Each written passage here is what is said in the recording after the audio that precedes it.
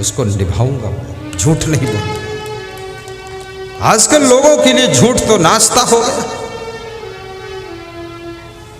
झूठ बोलने में कोई एतराज नहीं है।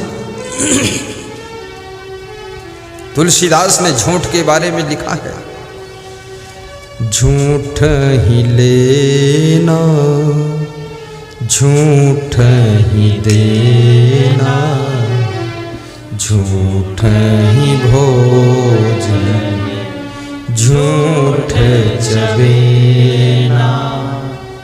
बड़ी मार्मिक चौपाई है। चबेना माने नाश्ता। झूठ ही लेना झूठ ही देना, झूठ ही भोजन झूठ चबेना, झूठ ही लेना झूठ ही देना। गिरगिट को रंग बदलने में देर नहीं लगती है, जैसे उससे भी ज्यादा खतरनाक ये आदमी है यक्ष को अपनी बात बदलने में देर नहीं लगती। इसलिए किसी के साथ में जमीन का पैसे का लेन देन हो, पक्की लिखा पढ़ी कराना। अरे बाप भी बदल सकता है, बेटा भी बदल सकता है। अब क्या कहोगे, ये कलयुग का प्रभाव।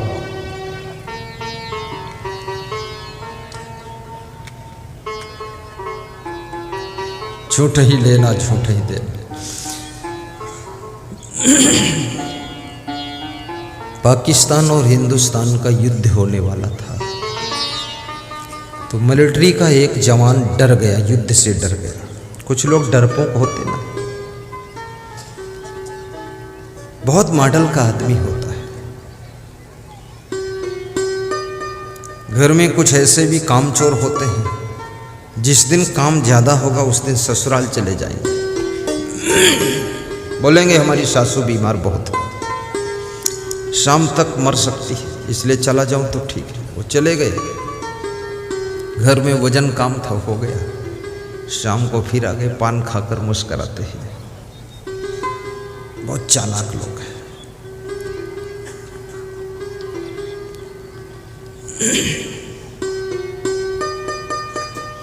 साधुओं में भी बहुत चालाक है। जब भोजनालय में अमनिया करने का समय आता तो डोल डाल जाता।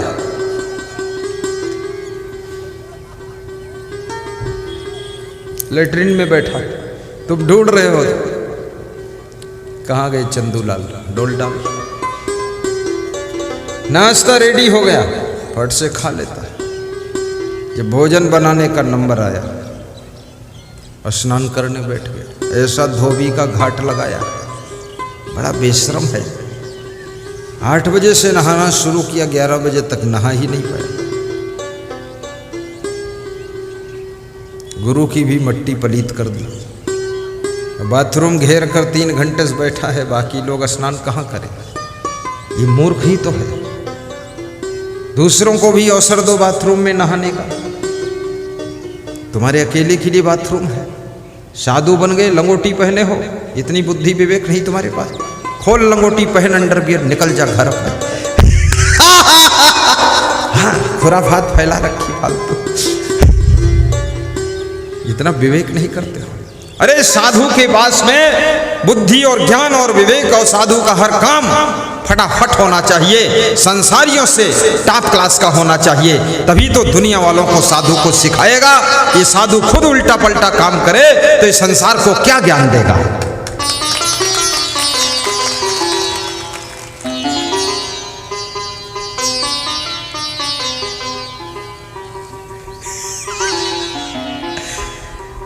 मैं किसी के यहाँ पधरौनी गया था, तो वहाँ बहुत साधु था। तो हमने साधुओं का परिचय देना शुरू किया। तो जिस भगत को परिचय दे रहा था वो उधर मुंह करता ही नहीं था। तो हमने कहा उधर देखो, तो बोले बस हमको उधर देखने नहीं। तो हमने कहा क्यों? बोले सब देख चुका हूँ, केवल बस आप अपना सुधार करना है, अपने को देखना, किसी किसी देखना। और याद रखना, किसी में कोई गलती हो, कमी हो, उससे सीख लो कि आपके अंदर वो गलती ना आने पाए, वो कमी ना आने पाए। उसके अंदर एक कमी है, तुमको पसंद नहीं, वही कमी तुम्हारे अंदर आ जाएगी तो तुमको कौन पसंद करेगा। अपने अंदर कमी मत आने दो, अच्छाइयां भरो। लेकिन ये मन इतना कमजोर है, इतना चंचल है कि बुराइयों को सीखने में बड़ा खिलाड़ी है।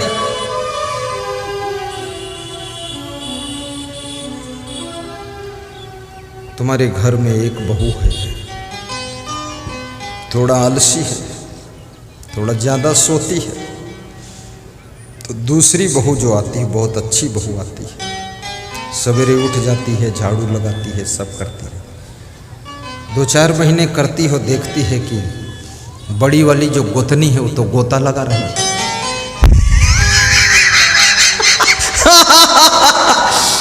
ये कौन, बिहार प्रदेश में देवरानी जेठानी को गोतनी कहते ना, गोतनी। भाई भाई कौन है, गोतना, गोतनी, गोतना।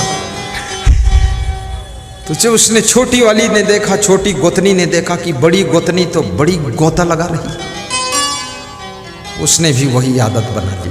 बस बुराई सीख लिया, आलस सीख लिया, ज्यादा सोना सीख लिया, काम करना बंद कर दिया, घर पूरा नरक हो गया। मत सीखो। मैं तो सन्यास में आया, बहुत साधु थे, तमाम साधु थे, मैंने किसी साधु का कुछ देखा ही नहीं, सीखा ही नहीं। अरे तुम कुछ भी करो, तुम जानो, तुम्हारा काम जाने, हमको जो करना हमें करना है। कर्म फल तो अपना अपना है, कुछ नहीं। दूसरे की गलतियों का प्रभाव अपने ऊपर मत पड़ने दीजिए, अपनी अच्छाइयों का प्रभाव दूसरों के ऊपर डाल दीजिए। यदि दूसरों के ऊपर आपकी अच्छाइयों का प्रभाव नहीं पड़ता है, चिंता छोड़ दीजिए। ये संसार में हर मनुष्य में गुण अवगुण होते हैं, उसकी अच्छाई ले लो, बुराई छोड़ दो। सबके गुण अपनी हमेशा गलतियां देखा करो, जिंदगी की रोबरू तुम झलकियां देखा करो। सबके गुण अपनी हमेशा, ये जनार्दन प्रसाद, गलतियां देखा करो। सबके गुण अपनी हमेशा गलतियां देखा करो। तो हिंदुस्तान और पाकिस्तान का युद्ध होने वाला था, तो एक मिलिट्री का जवान डर गया, घबरा गया कि कहीं मर जाऊंगा तो उसने एप्लीकेशन लिखा अफसर को कि मेरी पत्नी बहुत बीमार है, मुझे छुट्टी चाहिए, 3 महीने की छुट्टी। चालाक था जवान, सोचा 3 महीने की छुट्टी ले लूंगा, तब तक सब जवानों की छुट्टी हो जाएगी, मर जाएंगे, फिर आराम से आ जाऊंगा, युद्ध खत्म। लेकिन आपातकालीन स्थिति में छुट्टी देना मना, छुट्टी कैंसिल हो गई। तो दूसरी एप्लीकेशन लिखा, मेरी पत्नी मरेगी, उसका पाप तुम्हारे ऊपर लगेगा, तुम छुट्टी नहीं देते। तो अफसर को थोड़ा सोच हुआ, उसने बुलाया, भाई बुलाओ उस जवान को, इतनी ज्यादा बीमार, मैं पाप क्यों लूं। तो अफसर ने कहा कि 3 दिन बाद बताऊंगा। 3 दिन बाद बुलाया, अफसर ने कहा, तुम मिलिट्री के जवान होकर झूठ बोलते हो। तुम्हारी पत्नी हट्टी कट्टी है, खूब खाती है, सोती हो, तो बिल्कुल बीमार नहीं, मैंने पता लगा लिया सब। तो मिलिट्री का जवान हंसा और बोला कि हे अधिकारी, मैं झूठ बोलता हूं मिलिट्री का जवान होकर? आप भी तो मिलिट्री के जवान हैं, अफसर हैं, आप भी झूठ बोलते हैं। बोले मैं क्या झूठ बोलता हूं? बोले आप ये झूठ बोल रहे हो। आप बोलते हो आपकी पत्नी बीमार नहीं, हट्टी कट्टी है, खूब सोती है, खाती है, ये आप भी झूठ बोल रहे हो। तो मिलिट्री के अफसर ने कहा, मैं क्या झूठ बोल रहा हूं? बोले आप ये झूठ बोल रहे हो। मैं बता देता हूं, अभी मेरी शादी नहीं हुई है, इसलिए पत्नी ही नहीं तो हट्टी कट्टी कैसे है? मैं अकेले थोड़े झूठ बोल रहा हूं, तू भी तो झूठ बोल रहा है, कर्मचारी भी झूठ बोल रहा, अधिकारी भी झूठ बोल रहा है।